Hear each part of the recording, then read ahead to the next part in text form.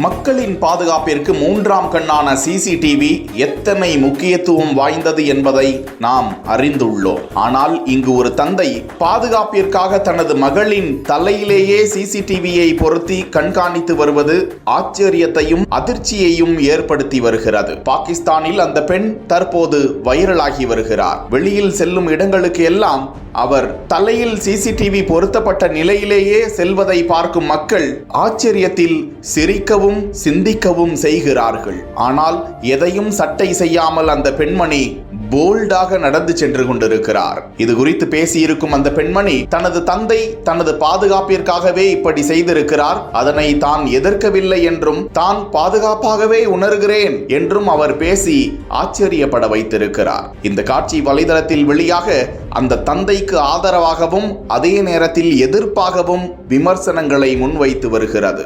சிவனின் அருள் இருந்தால் மட்டுமே ஏற முடியுமா? ஐயா ரொம்ப நன்றி ஐயா, ஆசீர்வாதி ரொம்ப நன்றி ஐயா. சேலங்க ஐயா.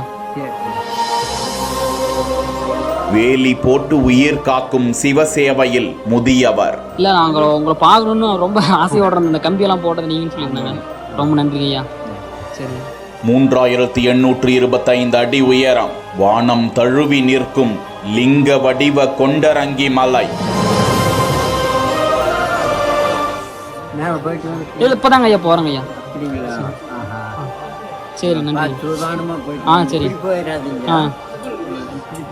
வலதுபுறம் போகணுங்க ஐயா. ஆமாங்க ஐயா, ஆமாங்க. சரிங்க ஐயா, நன்றிங்க நன்றி.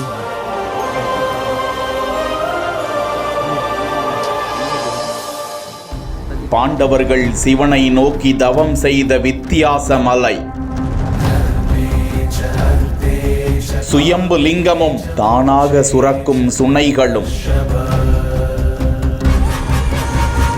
சக்தி வாய்ந்த ஸ்தலம். திண்டுக்கல் மாவட்டம் ஒட்டஞ்சத்திரம் அடுத்த கீரனூர் பகுதியில் அமைந்திருக்கிறது கொண்டரங்கி மலை. லிங்க வடிவில் அமைந்திருக்கும் இந்த மலையின் அடிவாரத்தில் கெட்டி மல்லீஸ்வரர் ஆலயம் அமைந்திருக்கிறது. மலையை பார்ப்பதற்கே தலை சுற்றும் அளவிற்கு வானம் தொட்டு லிங்க வடிவில் கம்பீரமாக நிற்கும் இந்த மலையை ஏற முடியுமா என பக்தர்களுக்கு சந்தேகம் எழலாம். ஆம், இந்த மலைக்கு செல்ல பல கட்டுப்பாடுகளும் உள்ளன. மலையில் ஏறுவதற்கு காலை மாலை சிறந்த நேரம் என்றும், சுவாச பிரச்சனை கொண்டவர்கள், இதய பிரச்சனை உள்ளவர்கள் ஏறக்கூடாது. மலை ஏற்றம் எந்த அளவிற்கு கடினமானதாக இருக்குமோ அதே அளவிற்கு இறங்கும் போதும் மிக கவனமாக இருக்க வேண்டும். இந்த மலை உச்சிக்கு இந்த முதியவர்தான் 45